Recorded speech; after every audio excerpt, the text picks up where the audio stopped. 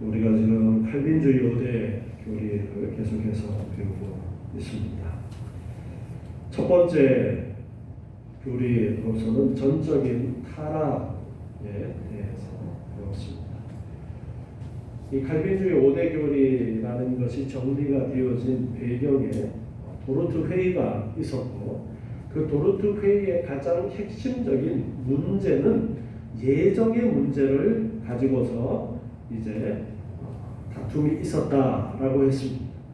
알비니우스주의자들도 칼빈주의자들도 예정이라는 부분은 인정을 합니다. 성경에 분명하게 예정에 대해서 말씀하시고 있기 때문에 하나님께서 미리 창세전에 누구를 구원할지를 정해 놓으셨다. 이것이 예정인데, 여기에 대해서 알비니우스주의자들도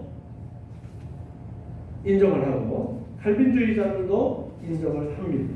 그런데 이 예정이 알비니우스주의자들은 예지 예정이라고 해서 하나님께서 누구를 택해서 예정을 하셨느냐 하니까 의를 이루고 예수를 믿을 사람을 미리 알고 그 사람이 선을 행할 것을 아시고 그 사람을 예정했다라는 것이 예지 예정이에요. 근거가 누구에게 있느냐면 사람에게서 근거를 찾는 것이 예지 예정이에요. 결국은 이게 알비니우스주의자들, 알미니안들이 주장하는 부분입니다. 그러나 개혁파 교회에서는 칼빈주의라고 이제 그렇게 이야기를 하는데요. 예정에 대해서 전적으로 하나님의 의지에 의해서 조건 없이 선택하신 것이다. 그것을 이야기하는 것이 우리가 지금 배운 칼빈주의 5대 교리에서 정리를 하고 있는 문제입니다. 그래서 이 예정하셨는데, 이건 이미 전제예요. 예정하셨는데 어떻게 예정하셨는가? 그래서 첫 번째 문제가 인간의 타락, 선악과를 따먹은 그 죄악의 결과가 전적인 타락이냐 부분적인 타락이냐, 이 부분이 가장 핵심적인 출발점이 되어집니다. 그래서 우리는 아담과 하와가 선악과를 따먹은 그 결과는 죽음이죠. 죽음이기 때문에 죽음을 말씀하셨고 그 결과가 죽음이기 때문에 아담과 하와의 타락은 부분적인 타락이 아니라 전적인 타락이다. 그래서 이 타락에서 핵심적인 부분은 뭐냐면 얼마만큼 타락했느냐예요. 그래서 0.00001%라도 자기의 힘으로 구원에 이르는 길을 선택할 수 있는 여지가 남아있느냐 남아있지 않느냐의 문제입니다. 그런데 성경에서 분명히 죄의 값으로 죽음을 말씀을 하고 있고, 아담과 하와의 선악과를 따먹은 죄악으로 하나님께서 말씀하셨던 죽음의 형벌이 그들에게 내려지는 것이 당연하기 때문에 그들의 타락은 부분적인 타락이 아니라 전적인 타락이라고 우리는 결론을 내릴 수밖에 없는 거예요. 여지가 남아있다는 것은 우리가 의사들이 판단을 내립니다. 뇌사라는 이야기를 하죠. 뇌사 판정을 내리면 더 이상 살아날 가능성이 없습니다. 이제 그것이 의사들의 판단이에요. 그런데 뇌사는 죽은 거예요? 완전히 죽은 것이 아니에요. 완전히 죽은 것은 아니에요. 왜냐하면 뇌사 상태에서도 깨어나는 경우가 있기 때문에 의사들이 뇌사를 판정하는 기준에는 적합해서 뇌사 판정을 내렸어도 살아나는 경우도 배제할 수는 없어요. 그러니까 이거는 완전 죽음이 아니라 거의 죽음으로 본다. 그것이 뇌사죠. 그러나 선악과를 따먹고 난 이후에 아담과 하와에게 내려지는 형벌은 거의 죽음이 아니라 하나님께서 말씀하셨듯이 죽는 거예요. 죽은 사람은 뭘 할 수 있습니까? 죽은 사람은 아무것도 할 수 없는 거예요. 그렇기 때문에 완전히 죽은 사람이 무슨 구원에 이르는 어떤 행동을 할 수가 있겠어요? 없는 거예요. 그렇기 때문에 이 첫 번째 내용부터 알미니스주의자들의 그 주장이 잘못되었다라는 것을 분명하게 이야기를 하고 지금 두 번째, 세 번째, 네 번째, 다섯 번째까지 계속 이제 정리가 되어지는 것입니다. 그래서 두 번째는 무조건적 선택이라고 했어요. 주보에 보시면은 칼빈주의 오대교리 두 번째가, 첫 번째가 인간의 전적 타락, 두 번째가 무조건적 선택이에요. 그러니까 하나님께서 구원받을 사람을 선택하실 때에 누구를 선택하는 기준이 어디에 있느냐? 기준이 사람에게 있느냐? 하나님에게 있느냐? 봤을 때 하나님께서 선택하실 때에 그 기준이 사람에게는 전혀 없다라는 거예요. 왜? 죽어있기 때문에. 사람이 뭘 하는 것을 봐서 그 사람을 선택하는 가능성은 없는 거예요. 그래서 조건이 없이 선택하신다. 그렇게 정리를 하고 있습니다. 토기장의 비유를 들어서 우리는 그것을 이해를 할 수가 있습니다. 로마서 9장에서 토기장의 비유를 말씀하신 그 내용을 통해서 토기장이가 진흙을 가지고 무슨 그릇을 만들지 토기장이가 선택하는 것이지 진흙이 그것을 선택하는 것이 아니다 라는 말씀을 통해서 하나님께서 누구를 구원할지 아니면 버려두실지를 선택하는 것이지 사람이 어떻게 잘하는 걸 보고서 그 사람을 선택하는 것은 아니다. 왜? 죽어있기 때문에, 전적인 타락의 상태에 있기 때문에, 그 사람이 할 수 있는 아무것도 없기 때문에. 그래서 하나님의 선택은 아무런 조건도 인간에게서 찾지 아니하신다. 그래서 무조건적 선택이라고 그렇게 두 번째 교리를 이제 정리를 하는 겁니다.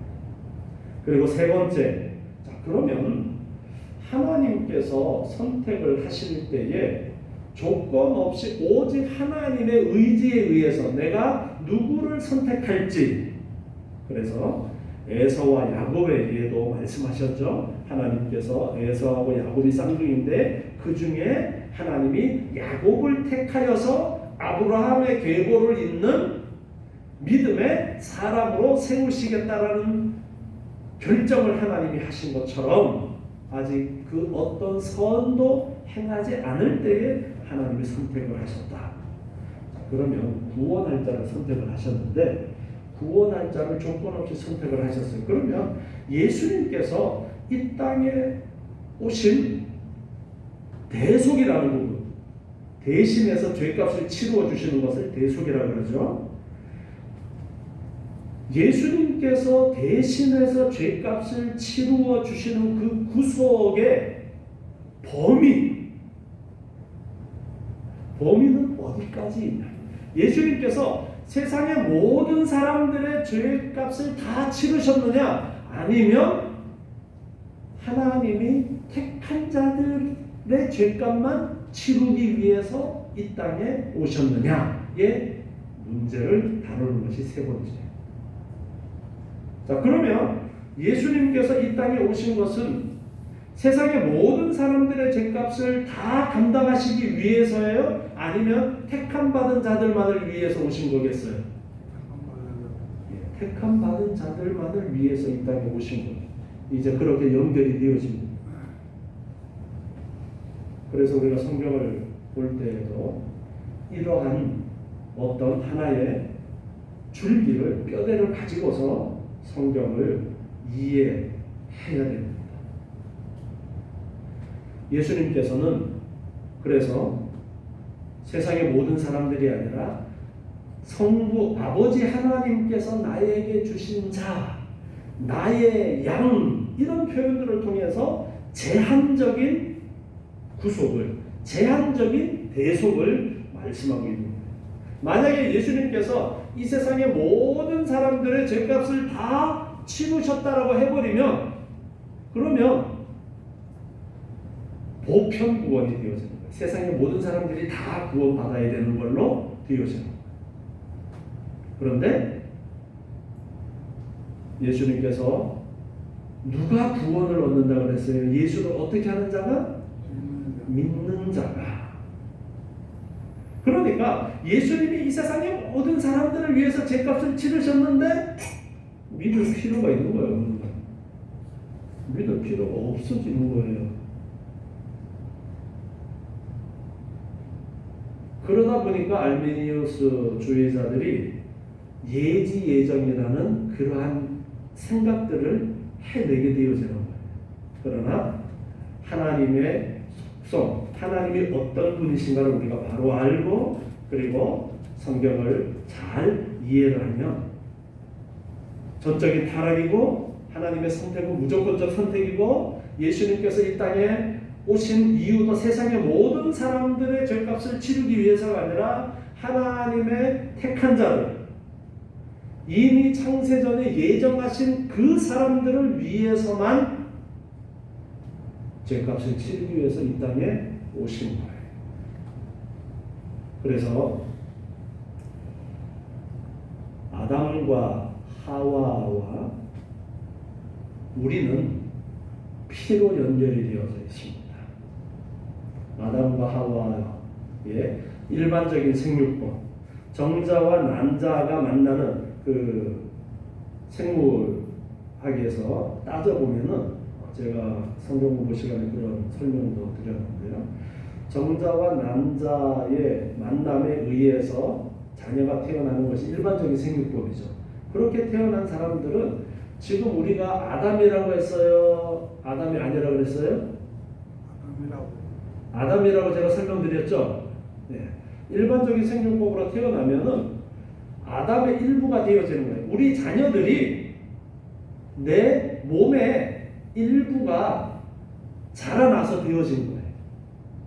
생물학에서 여러분 배우고 다시 잘 기억해 보면은 그렇게 이해가 되어집니다. 어떻게 정자와 난자가 만들어지냐? 우리 몸에서 만들어지는 거잖아요. 우리 몸의 일부예요. 그래서 아담과 하와의 그 죄에서 자유로울 수가 없는 이유가 거기입니다. 그리고 이제 네 번째는 불가항력적 은혜라고 했어요. 불가항력적 은혜.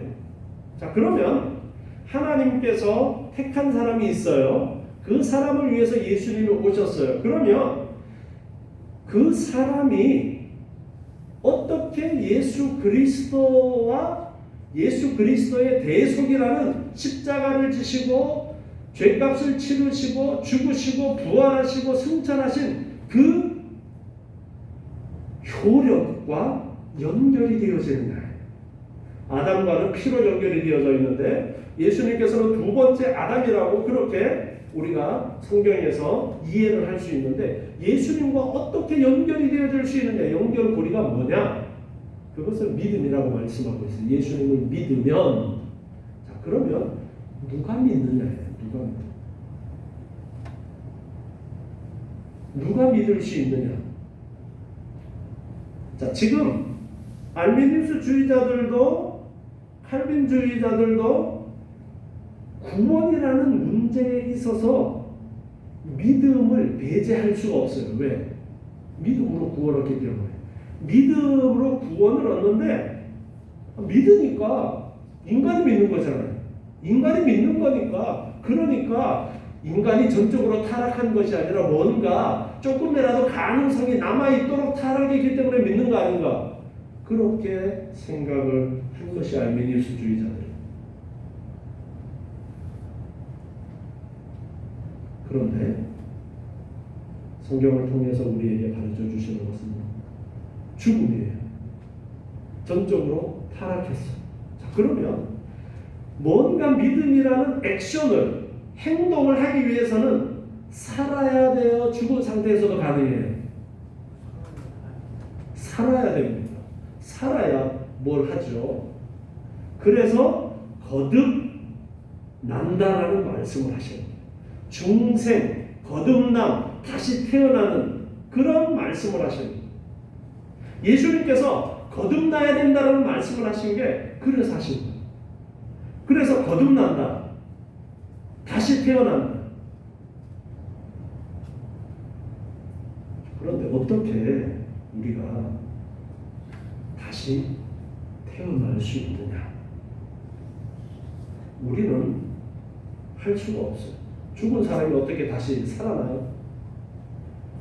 성령 하나님께서 성령으로 우리 가운데 역사하실 때에 우리가 살아나게 되어집니다. 우리 그 예로서 말씀하신 것이 에스겔서의 말씀이에요. 에스겔서 우리 37장 말씀을 한번 보겠습니다. 에스겔 37장 1절부터 말씀이에요. 에스겔 골짜기의 마른 뼈라는 이야기 많이 들어보셨을 거예요. 이 에스겔 골짜기의 마른 뼈를 우리가 이 구절을 보면서 우리는 하나님의 기적, 거기에만 초점을 맞추어서 이 부분을 해석을 할 수도 있어요. 그런데 구속이라는 문제를 가지고 이 구절을 보면은 훨씬 더 많은 메시지가 이 안에 담겨져 있다는 것을 우리가 알 수가 있어요. 37장 1절부터 한번 봅니다. 여호와께서 권능으로 내게 임하시고 그 신으로 나를 데리고, 이제 에스겔 선지자를 데리고 가신 것을 말씀하십니다. 골짜기 가운데 두셨는데 거기 뼈가 가득하더라. 에스겔이 이제 환상 가운데 봤던 것을 기록한 거예요. 뼈가 가득하게 있는 곳으로 하나님이 데리고 가신 거예요.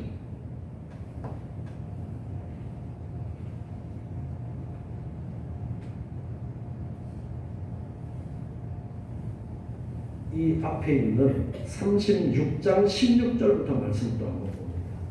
37장 조금 이따 다시 볼 거고요. 36장 16절.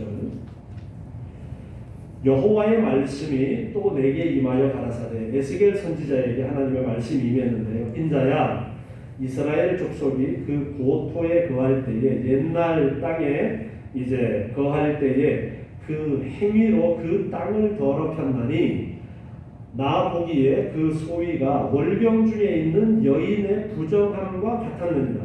그들이 땅 위에 피를 쏟았으며 그 우상들로 더럽혔으므로 내가 분노를 그들의 위에 쏟아 그들을 그 행위대로 심판하여 각국에 흩으며 열방에 해쳤더니, 하나님께서 이스라엘이 범죄해서 하나님께서 그 가나안 땅, 이스라엘 땅에서 쫓아내셨다라는 거예요. 흩어버리셨다라는 거예요. 그 땅이 너희를 토해낸다라고 신명기서에서도 말씀하셨죠. 그 땅에서 하나님의 말씀을 따라서 잘 하나님을 섬기면 괜찮겠지만 그렇지 않고 하나님을 거역하고 우상을 섬기고 하면 그 땅이 너희를 토해내버릴 것이다. 그 말씀하셨던 대로 이제 그 땅에서 토해내져 버렸다라는 것을 말씀하십니다. 그래서 북쪽 이스라엘은 아수르라는 나라에, 우리가 역사 시간에 배운 것은 아시리아예요. 아시리아라는 나라에게 멸망당했고, 그리고 남쪽 유다는 그 뒤에 바벨론 제국에 의해서 멸망을 당하고 포로로 잡혀가서 결국에 그 약속의 땅에서 뽑혀서 다른 곳에 던져져 버린 그런 상황이에요. 지금 에스겔의 시대는 에스겔도 포로로 잡혀가 있는, 바벨론의 포로로 잡혀가 있는 그 상황 속에서 지금 이 말씀을 받은 거예요. 그래서 바벨론의 포로로 잡혀가게 되어진, 결국 나라가 망하게 되어진 그 이야기를 하고 계시는 거예요. 그래서 열방에 해쳤어요.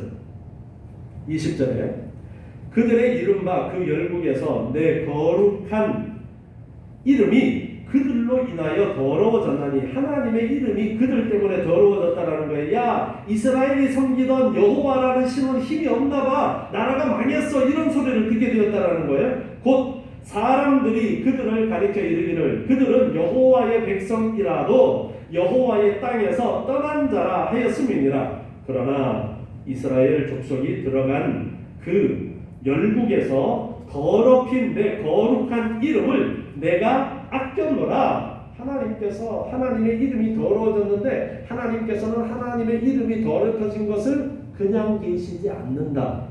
22절에 그러므로 너는 이스라엘 족속에게 이르기를 주 여호와의 말씀에 이스라엘 족속아 내가 이렇게 행함은 너희를 위함이 아니요 너희가 들어간 그 열국에서 더럽힌 나의 거룩한 이름을 위함이라. 하나님께서 이제 다시 바벨론의 포로로 잡혀갔던 데서 회복시키겠다라는 말씀을 지금 에스겔 선지자를 통해서 말씀하시는데 하나님이 왜 그렇게 하시느냐 하니까 너희 때문이 아니라 하나님의 거룩한 이름이 더럽혀지지 않도록 그래서 하나님께서 너희를 다시 회복시키신다. 그 말씀을 하시고 있어요. 너희가 착한 일에서 그게 아니라는 거예요. 23절에서 보면 열국 가운데서 더럽힘을 받은 이름 곧 너희가 그들 중에서 더럽힌 나의 큰 이름을 내가 거룩하게 할지라. 내가 그들의 목전에서 너희로 인하여 나의 거룩함을 나타내리니 열국 사람이 나를 여호와인 줄 알리라. 나도 여호와의 말이니라. 내가 너희를 열국 중에서 취하여 내고 열국 중에서 모아 데리고 고토에 들어가서 다시 그 예루살렘에 가서 살도록 회복시켜 주신다는 이야기를 하십니다. 맑은 물로 너희에게 뿌려서 너희로 정결케 하되 곧 너희 모든 더러운 것에서와 모든 우상을 섬김에서 너희를 정결케 할 것이며 이제 죄를 씻어 주신다는 이제 구약에서의 죄를 용서해 주시는 표현을 지금 말씀하시는 거예요. 또 26절에 보니까 새 영을 너희 속에 두고 새 마음을 너희에게 주되 성령을 주시는 것을 말씀하고 있어요. 육신에서 굳은 마음을 제하고 부드러운 마음을 줄 것이며 또 내 신을 너희 속에 두어 너희로 내 율례를 행하게 하리니 너희가 내 규례를 지켜 행할지라. 내가 너희 열조에게 준 땅에 너희가 거하여 내 백성이 되고 나는 너희 하나님이 되리라. 하나님께서 택한 백성 이스라엘이 범죄해서 하나님께서 멸망하게 하셨는데 다시 회복시켜 주시는 것이 하나님의 의지에 의해서 하는 것이지 그 사람들이 선을 행했기 때문이 아니다라는 것을 분명하게 말씀하고 있어요. 그러면서 어떻게 그들을 회복시키시느냐 하니까 그 안에 새 신을 주신다. 성령을 주시는 것을 말씀하고 있어요. 그리고 이어지는 것이 이제 에스겔 37장이에요. 자, 다시 37장으로 넘어가서 2절 말씀. 자, 에스겔 37장 2절.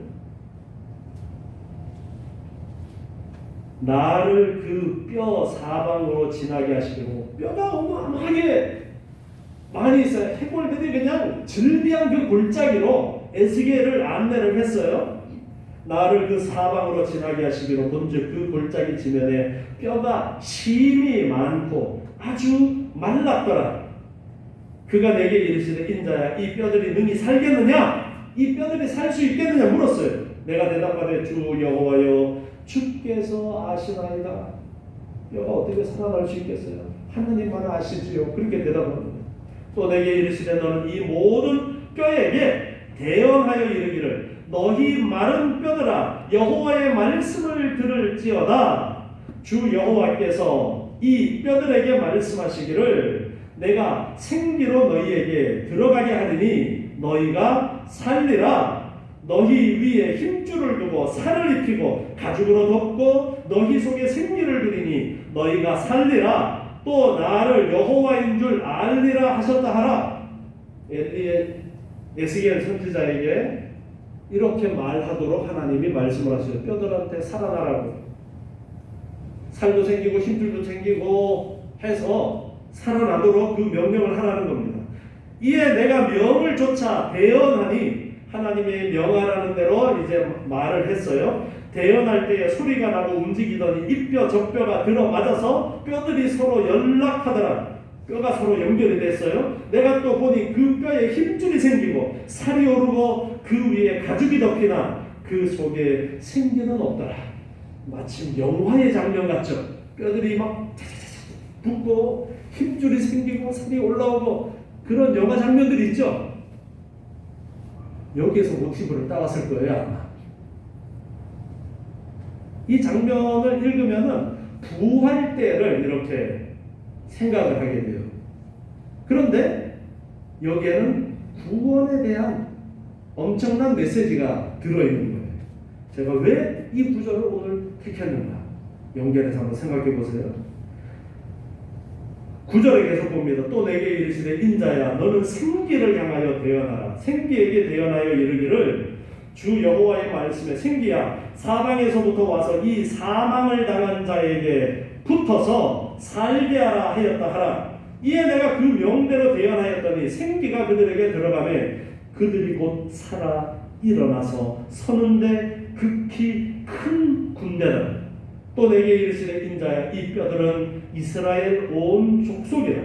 그들이 이르기를 우리의 뼈들이 말랐고 우리의 소망이 없어졌으니 우리는 다 멸절되었다 하느니라. 그러므로 너는 대언하여 그들에게 이르기를 주 여호와의 말씀에 내 백성들아 내가 너희 무덤을 열고 너희로 거기서 나오게 하고 이스라엘 땅으로 들어가게 하리라. 내 백성들아 내가 너희 무덤을 열고 너희로 거기서 나오게 한즉 너희가 나를 여호와인 줄 알리라. 내가 또 내 신을 너희 속에 두어 너희로 살게 하고 내가 또 너희를 너희 고토에 거하게 하리니 나 여호와가 이 일을 말하고 이룬 줄을 너희가 알리라. 나 여호와의 말이니라 하셨다 하라. 자, 마른 뼈들이 하나님이 말씀하라는 대로 대언해서 말씀했을 때에 살아나고 생기가 들어가려 그러니까 생기도 들어가서 큰 군대가 되어지는 이 광경을 에스겔에게 보여주시면서 너희 지금 바벨론에 가서 살고 있는데 바벨론을 무덤이라고 표현하고 계시죠. 그 무덤에서 자, 무덤 속에는 누가 있어요? 산 사람이 있어요? 죽은 사람이 있어요? 죽은 사람이 있는 거예요. 이스라엘은 지금 자력으로 바벨론에서 해방될 수 있어요? 없어요? 없어요. 자기의 힘으로 쿠데타 일으키고 아니면 뭐 광복군 운동해가지고 안 되는 거예요. 그래서 마른 뼈로 비유하시고 무덤으로 비유하시는데 영적으로 이 모습은 영적인 죽음의 상태를 우리에게 가르쳐 주시는 거예요. 그러니까 자 죽어 있는 자 그들이 뭘 할 수 있어요? 아무것도 못 합니다. 그런데 죽어 있는 자에게 다시 살아나게 하시는 능력이 누구에게 있는 거예요? 하나님에게 있는 거예요. 하나님께서 그를 다시 살리셔서 하나님의 말씀을 순종하고 그 믿음의 길을 가도록 하시는 것이 어디에서부터 출발이 되어지냐면 하나님에게서부터 출발되어지는 거예요. 그래서 하나님께서 영적으로 죽은 자들을 거듭나게 하심으로써 우리가 지금 육체가 살아있다고 살아있는 것이 아니에요. 예수를 믿지 않는 사람은 육체적으로는 살아있지만 영적으로는 그들이 죽음의 상태에 있는 자들이에요. 그리고 결국은 그들은 영원한 지옥불에 들어가는 거예요. 그런데 그런 상태에 있는 인간에게 성령 하나님께서 들어오심으로써 새 신을 주신다라고 에스겔서에서 말씀하고 있죠. 성령이 들어오심으로써 죽은 자가 살아나는 거예요.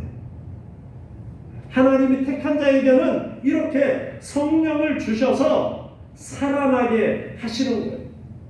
그래서 불가항력적 은혜가 뭐냐 하면은 다른 말로는 거부할 수 없는 은혜예요.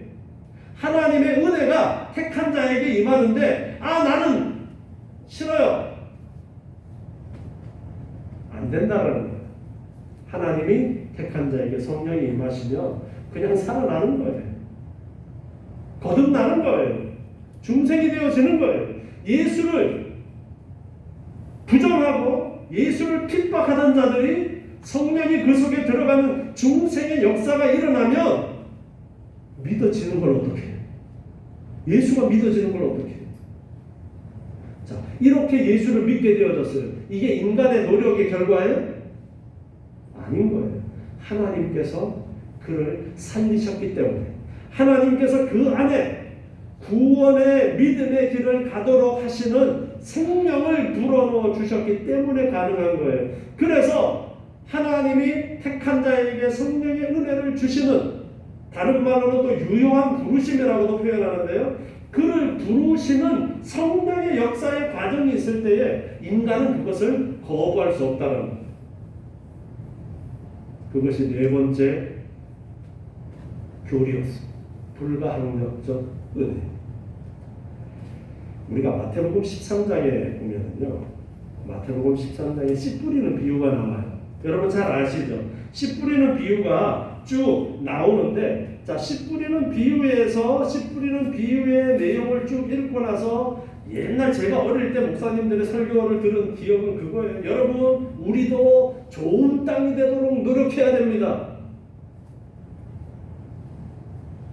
여러분도 그런 설교 많이 들으셨죠? 그런데 이 씨 뿌리는 비유에서 가르쳐주고 있는 건 그게 아니에요. 이게 잘못된 신학을 따라 성경을 해석한 거예요. 근데 그냥 겉에 내용만 보면은 좋은 땅이 열매 맺으니까 열매 맺으려면 뭐가 돼야 돼요? 좋은 땅이 돼야 된다는 거예요. 그런데 좋은 땅이 어떻게 되어져요? 이미 땅이 있다라는 거예요. 이미 땅이 정해져 있는 거예요. 좋은 땅이 있고, 길가 같은 땅이 있고, 돌짝밭 같은 땅이 있고, 가시덤불 같은 땅이, 이미 땅이 거기 있는 거예요. 그런데 이 말씀이 좋은 땅에 떨어지니까 좋은 땅이기 때문에 자라나서 열매를 맺는다는 그 말씀을 하고 계시는 거예요. 그 좋은 땅이 누구예요? 택함 받은 자예요. 택함을 받지 못한 자는 처음에는 뭔가 잘 되는 것 같은데, 돌멩이 때문에 아예 처음부터 복음을 받아들이지 않는 길가와 같은 것이 있는가 하면 처음에는 잘 받아들여서 뭔가 자라나는 것 같은데 돌멩이 때문에 뿌리가 깊이 박히지 못해서 해가 뜨고 오면 말라서 죽는 그런 경우도 있고, 가시덤불 때문에 그 기운에 자라나지 못하는 그런 경우도 있고, 결국 교회 열심히 나오는 것 같았는데 중간에 제대로 끝까지 믿지 못하고 그만두는 사람들은 택함 받았다라는 거예요? 못 받았다라는 거예요? 택함 못 받았다라는 거예요. 조금 받지 않는다라는 이야기는 택함을 받지 못했다라는 거예요. 그러나 좋은 밭, 택함을 받은 자는 그 마음밭이 내가 일구는 것이 아니라 나는 죽어 있는데 뭘 할 수가 있어. 성령 하나님께서 오시니까 에스겔서의 표현대로 굳은 마음이 부드러운 마음으로 바뀌어지는 거예요. 그래서 하나님의 말씀을 들을 때에 그 말씀이 믿어지는 거예요. 속에서 믿어지는 걸 어떻게 해요? 안 믿어지는 사람 믿도록 만들려면 불가능해요. 그것처럼 믿어지는 걸 어떻게 해요? 그래서 성령이 그 안에 임하실 때에 그 사람이 믿음을 가지게 되어져요. 오늘은 다섯 번째 교리가 성도의 인내.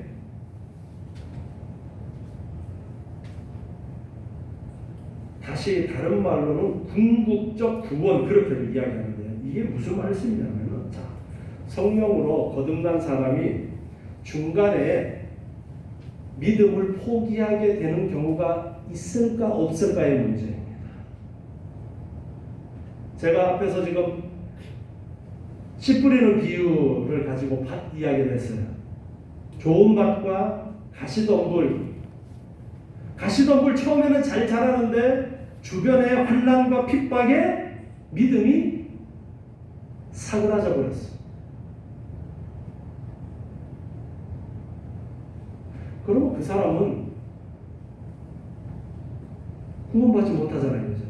그러니까 그 사람이 처음에 했던 그 싹이 나고 했던 것이 과연 믿음이냐 믿음이 아니냐를 볼 때에 믿음이라고 보면은 알미니안주의자들의 결론을 내릴 수밖에 없어요. 그런데 우리는 보니까 그것이 하나님이 주신 믿음이 아니다라는 거예요. 진짜 믿음이 아니라 화장터에 가면은 너무 무서우니까 오징어로 바꿉시다. 죽은 오징어 구우면 오징어가 움직여요, 안 움직여요? 움직이죠? 그 오징어가 그때 살아나는 거예요, 뜨거워서? 그 움직임을 믿음으로 보아서는 안 되는 거예요. 행동으로 보아서는 안 되는 거예요.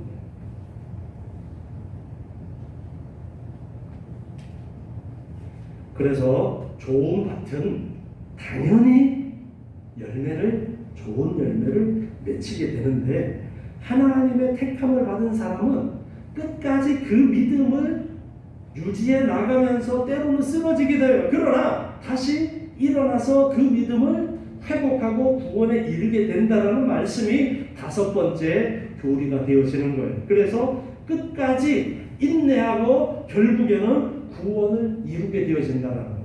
자, 다시 우리 구약의 내용을 한번 잘 봅시다. 우리가 구약 성경을 보면은 이스라엘이라는 나라가 있어요. 이스라엘이라는 나라는 택함 받은 자의 본보기로 하나님이 보여주신 거예요.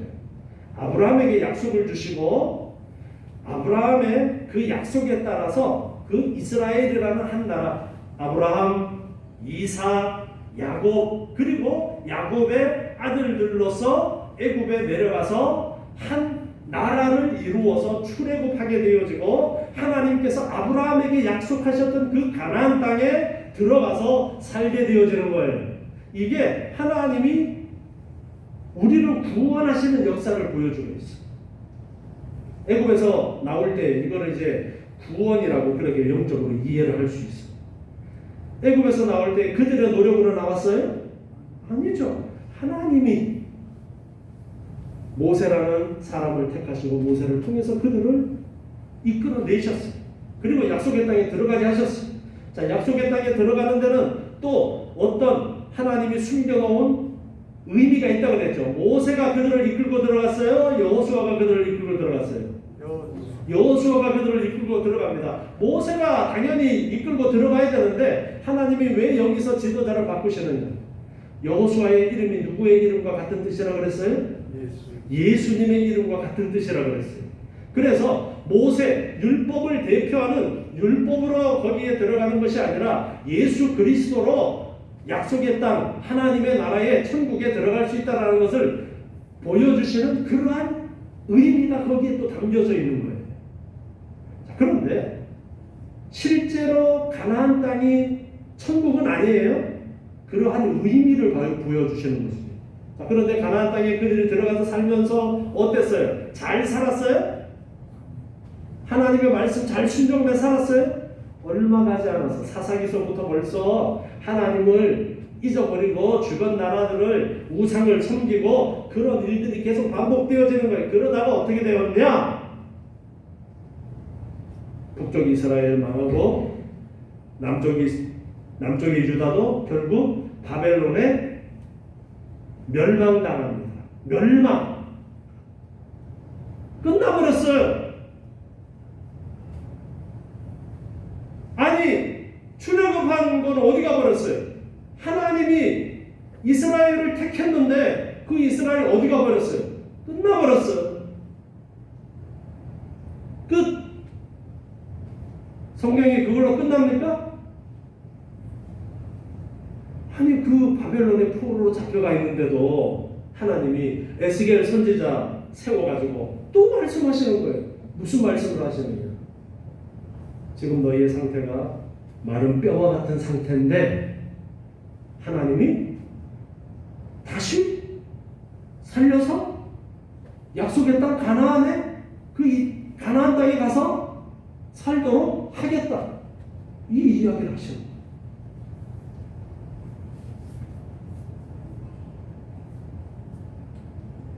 하나님께서 우리를 택하셨어요.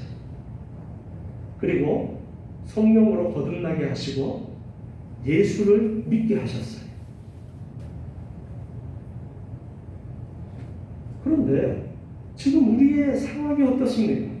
우리가 하나님의 말씀을 잘 순종하며 살아요? 아니면은 실패하고 넘어지고 또 넘어지고 또 넘어지고 그렇습니다. 또 넘어지고 또 넘어지고 하나님의 말씀대로 살아야지 했다가 여기서 나갈 때는 참 주일날 예배드리러 나갈 때는 참 부푼 마음을 가지고 나갔는데 주일날 예배드리러 들어올 때는 고개가 숙여져요. 하나님 이번 주도 제가 잘해보려고 했는데 잘 못하고 막 잘못한 것들이 생각나잖아요.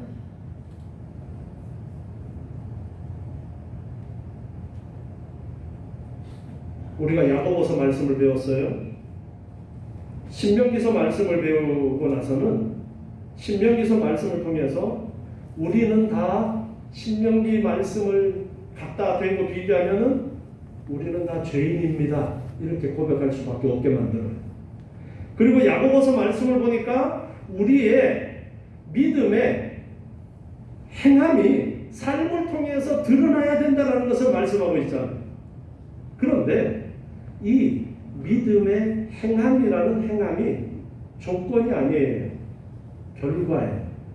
뭐냐? 행함이라는 것이 있어야 우리가 구원받는 것이 아니라 구원받은 자에게는 이러한 삶의 모습이 나타나야 된다. 그 말씀을 하고 있는 거예요. 자, 우리가 예수를 믿고 거듭난 사람들은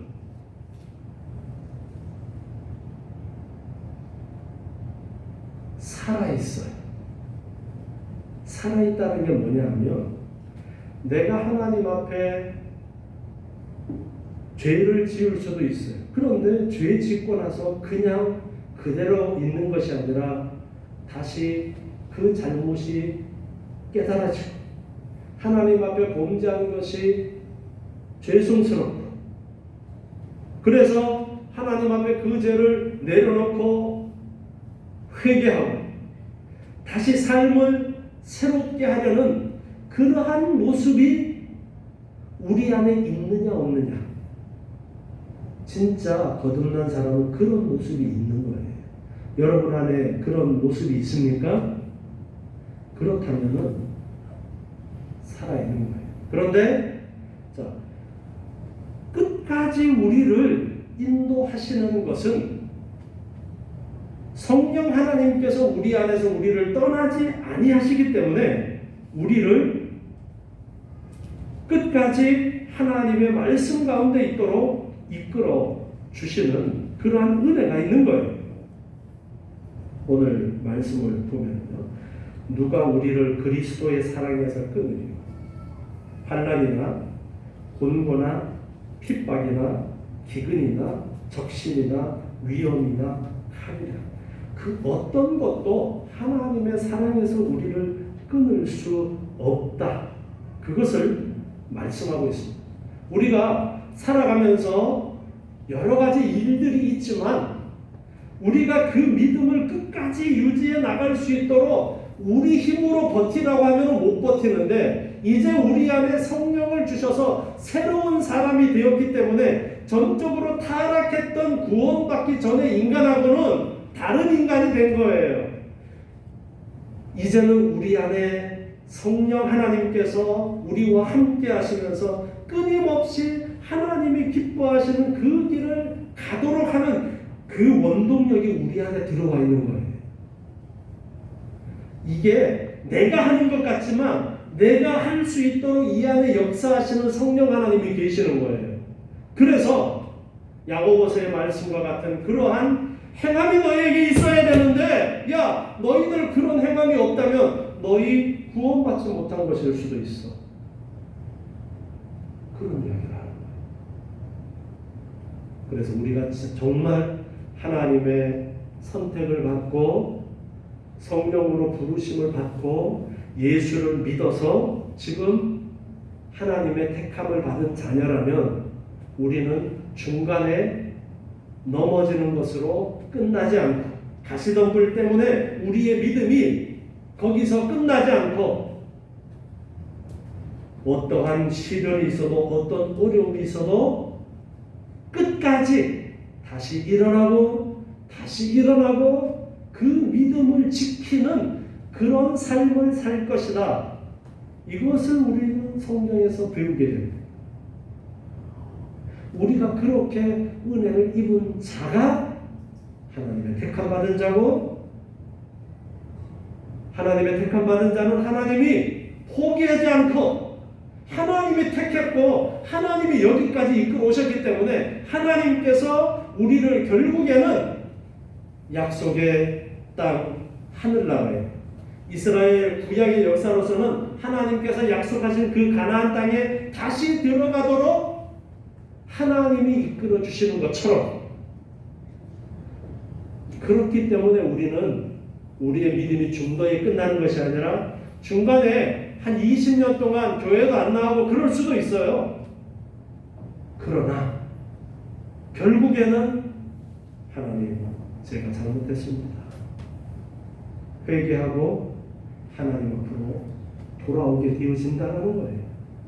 어떤 사람은 죽기 바로 전에 회개하고 돌아오는 사람도 있고, 어떤 사람은 한 5년만 방황하다 오는 사람도 있고, 어떤 사람은 한 한두 달만 방황하다 오는 사람도 있고, 다 달라요. 그러나 반드시 택한 자는 결국에는 다시 돌아오게 되어 있는 거예요. 하나님이 그렇게 하시는 거예요. 여러분, 이게 은혜입니다. 이게 하나님의 은혜예요. 하나님이 그렇게 하시기 때문에 우리는 구원 얻을 수 있는 것이지, 내 노력으로 하라면 우리는 실패할 수밖에 없고요. 넘어졌다가 못 일어납니다. 그런데 하나님께서는 우리를 다시 일으켜주시고 다시 깨닫게 하시고, 그래서 마지막에 결국 일어나서 하나님의 나라에 넉넉히 들어가도록 우리를 이끌어 주시는 거예요. 이사야 43장 1절 말씀 보면요, 이사야 43장 1절에 야곱아, 너를 창조하신 여호와께서 이제 말씀하시느니라. 이스라엘아, 너를 조성하신 자가 이제 말씀하시느니라. 너는 두려워 말라. 내가 너를 구속하였고 내가 너를 지명하여 불렀나니 너는 내 것이다.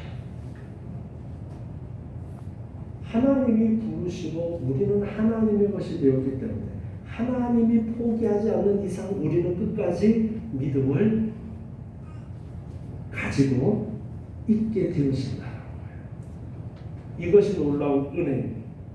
하나님께서 택한 자는 결국에 하나님의 나라에 들어가도록 우리를 이끌어 주시는 놀라운 은혜가 있습니다.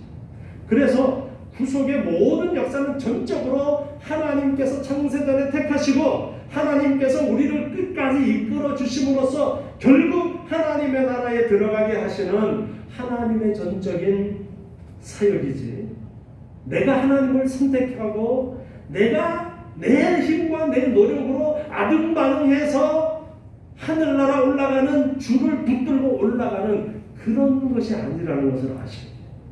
우리의 믿음이 전적으로 하나님의 은혜 가운데 우리를 이끌어 주시는 성령 하나님의 놀라우신 은혜가 있다는 것을 아시고 더욱더 감사하면서 어떻게 해서든지 하나님의 뜻을 따라 행하고자 하는 그러한 노력이 우리 안에 있어요. 그 인도하심을 따라서 더욱더 열심으로 하나님 기뻐하시는 아름다운 믿음의 삶을 사시는 저와 여러분 되시기 바랍니다. 기도하겠습니다. 하나님 감사합니다. 오늘 주시는 귀한 하나님의 말씀을 깨닫고 하나님의 사랑하심과 한량없이 내려주시는 놀라운 은혜를 감사합니다. 아버지 하나님, 이 사랑과 은혜를 잊지 말고 우리의 삶을 통하여 더욱더 하나님께 영광 돌리게 하시고 다시 하나님께로 속히 돌아서며 아버지 하나님의 기뻐하시는 말씀을 따라 행하는 자의 삶이 되도록 주님 도와 주시옵소서. 늘 어떤 상황 속에서도 우리와 함께 하시는 하나님을 알고 감사하며 기뻐하는 우리 하루하루의 삶이 되게 하여 주시옵소서. 예수님의 이름으로 기도드리옵나이다. 아멘.